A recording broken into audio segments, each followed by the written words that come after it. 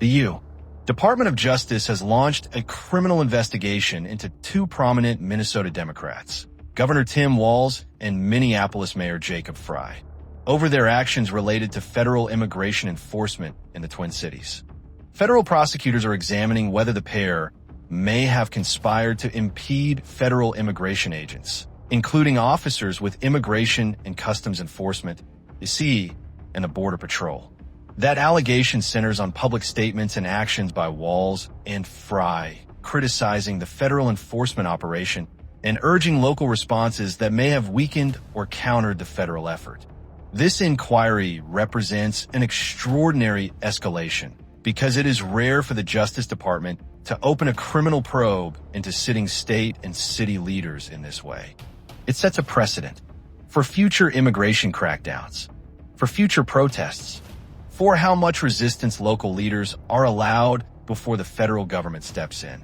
So the real question isn't whether you support Walz or Frey, or whether you support ICE. The real question is this: how much power should the federal government have? And how much dissent can local leaders afford? We'll leave it there. No answers, no conclusions, or whether you support ICE. The real question is this: how much power should the federal government have? And how much dissent can local leaders afford? We'll leave it there. No answers, no conclusions. You decide. So now we arrive at the question that really matters, and it's not about Minnesota alone. Is this investigation a legitimate legal inquiry, or is it a politically motivated escalation in America's war over immigration enforcement? The Justice Department says this is about the rule of law, about whether elected officials crossed a line and interfered with federal officers doing their jobs. But critics see something else. They see a federal government using criminal investigations as a weapon, sending a warning to state and city leaders. Oppose us too loudly, and you may pay a price. That raises an uncomfortable question. In a democracy, where does criticism end and obstruction begin? Elected officials criticize federal policies all the time. They question tactics. They challenge priorities. They speak out when public anger explodes. But at what point does speech, combined with influence and authority, turn into interference? And here's the deeper issue. Local leaders are elected to protect their communities. Federal agencies are mandated to enforce national law. When those responsibilities collide, who gives way? If local officials push back, are they defending democracy or undermining it? If the federal government cracks down, is it enforcing the law or silencing opposition? There are no easy answers here, and that's exactly why this case matters. Because whatever happens next doesn't just affect Minnesota. It sets a precedent for future immigration crackdowns, for future protests, for how much resistance local leaders are allowed before the federal government steps in. So the real question isn't whether you support Walz or Frey. The Justice Department says this is about the rule of law, about whether elected officials crossed a line and interfered with federal officers doing their jobs. But critics see something else. They see a federal government using criminal investigations as a weapon, sending a warning to state and city leaders. Oppose us too loudly, and you may pay a price. That raises an uncomfortable question. In a democracy, where does criticism end and obstruction begin? Elected officials criticize federal policies all the time. They question tactics. They challenge priorities. They speak out when public anger explodes. But at what point does speech, combined with influence and authority, turn into interference? Is urging restraint and defending protesters a legitimate act of leadership? Or does it become obstruction when federal operations are actively underway? Critics counter that immigration enforcement is a federal responsibility and that local leaders cannot undermine it without legal consequences. The dispute highlights a deeper constitutional question.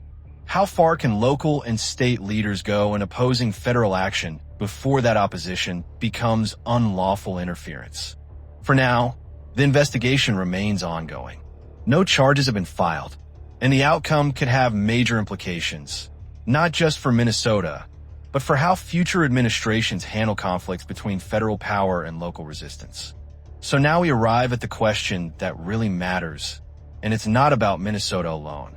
Is this investigation a legitimate legal inquiry? Or is it a politically motivated escalation in America's war over immigration enforcement? They reject claims that they directed local agencies to interfere with IC or Border Patrol operations, emphasizing that Minnesota and Minneapolis did not physically block federal enforcement. From their perspective, criticizing federal tactics and urging restraint does not amount to obstruction. It is, they say, a core function of elected leadership during moments of crisis. Federal authorities, however, see the situation differently.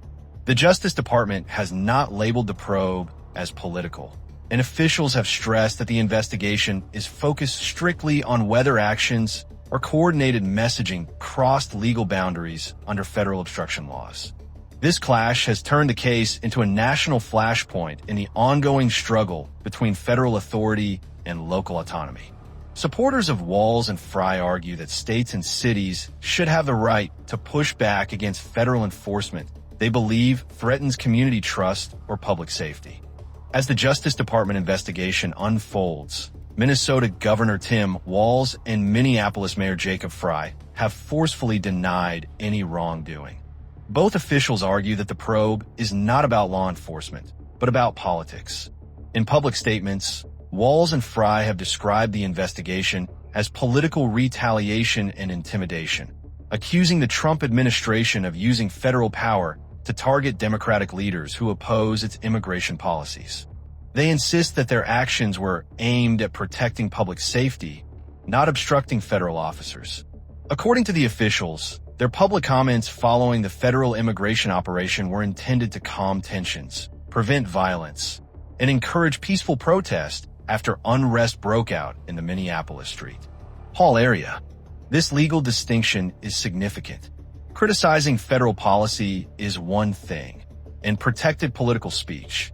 But if those criticisms are paired with actions that effectively obstruct law enforcement, that crosses into territory that federal prosecutors are obligated to examine. At this stage, no charges have been filed against Walz or Frey. The DOJ has not publicly released evidence, and the officials have denied wrongdoing, saying they were merely defending their communities and urging peaceful conduct.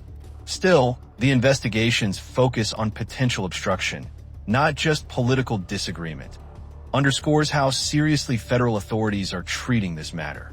And it highlights a rare point of contention. At what point does political speech become legal interference in the duties of federal officers? That's the question at the heart of this probe. The Justice Department is examining whether the officials' criticisms of immigration and customs enforcement, and Border Patrol, including public rebukes of enforcement actions and calls for local responses, may have had the effect of hindering federal operations. Federal obstruction statutes make it a crime to knowingly obstruct, influence, or impede a federal officer in the performance of official duties, and, in some cases, to conspire with others to do the same. Prosecutors are considering whether Walz and Frey's statements, combined with actions by local agencies or policy decisions, might meet that legal threshold. That means the question is not simply whether the officials disagreed with federal immigration tactics, but whether their words or directives aided in slowing, blocking, or undermining federal enforcement. A federal judge recently issued an injunction limiting how immigration agents can engage with peaceful protesters, barring detentions or the use of force like pepper spray or tear gas unless there's reasonable suspicion of unlawful behavior. All of this, the massive federal operation, deadly shooting, lawsuits, protests, and judicial pushback has created a highly charged environment in which local and federal officials are openly at odds. That's the backdrop against which the Justice Department's investigation into Minnesota leaders is unfolding. The Justice Department's investigation isn't aimed at vague rhetoric or ordinary political criticism. Federal prosecutors are looking at whether the public statements and actions of Minnesota Governor Tim Walz and Minneapolis Mayor Jacob Frey may have crossed a legal line, possibly into obstruction of federal law enforcement duties.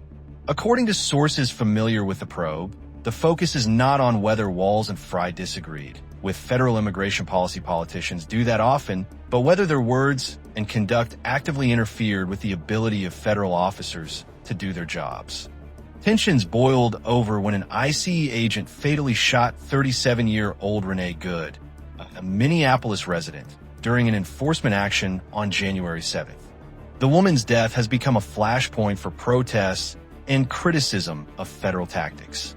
Authorities and eyewitnesses have offered different versions of what happened in that encounter, and local officials have sharply questioned the federal narrative, adding fuel to the backlash. Since that shooting, protests have been sustained and, in many cases, large. People across Minneapolis and around the country have taken to the streets demanding accountability, an end to aggressive ICE tactics, and a re-evaluation of the federal operation.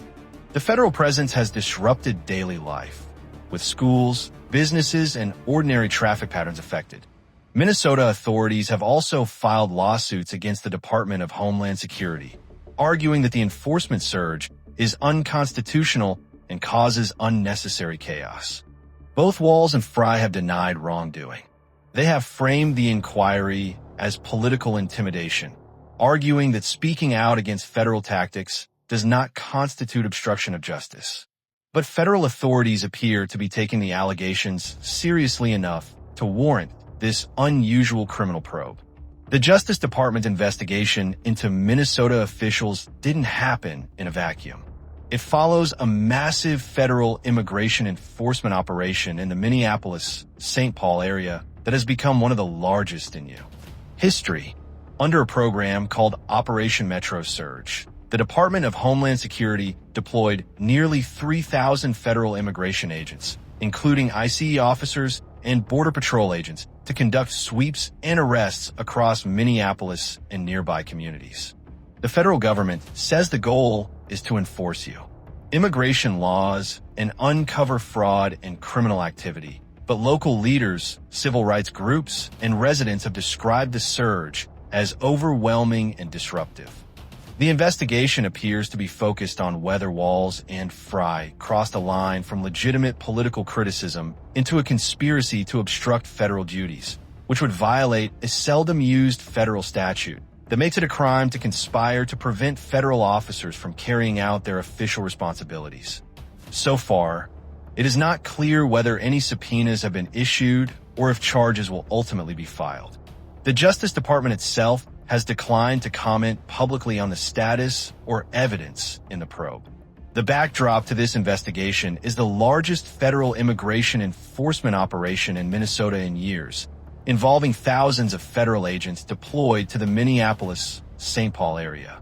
Tensions rose sharply after protests erupted in response to the controversial shooting of a local resident by an ICE officer, which further heightened conflicts between federal and local officials.